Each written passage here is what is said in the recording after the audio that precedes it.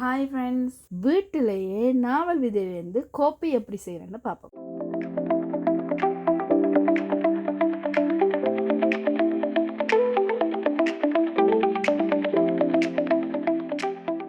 எங்கட வீட்டில் இருந்த நாவல் மரத்திலிருந்து விதைகள் கீழே விழாத மாதிரி நாங்கள் அதுக்கு ஒரு நெட் கட்டி அதில் அந்த விதைகளை விழுற மாதிரி எடுத்தோம். அந்த நாவல் விதைகளை எல்லாத்தையும் சேர்த்து எடுத்து தண்ணிக்குள்ள போட்டு அதை நல்லா கழுவி அதில் உள்ள மேல் தோலையும் உரிச்சு நல்ல வடிவா வெயில்ல காய வச்சோம். ஒரு கிழமை அதை நல்லா காயிற வரைக்கும் வெயில்ல வச்சோம். அது நல்லா காஞ்சா பிறகு அது கலகலகலன்னு சவுண்ட் கேட்கும். இப்படி வெயில்ல காய வச்ச விதைகளை எடுத்து கிரைண்டர்ல நல்லா பொடியை அரைச்சு அதை அரிச்சு கொள்ளுங்க. அரித்த நாவல் விதை பொடியை ஒரு கண்ணாடி போத்துல காத்து போகாத மாதிரி ஸ்டோர் பண்ணி வைக்கணும்.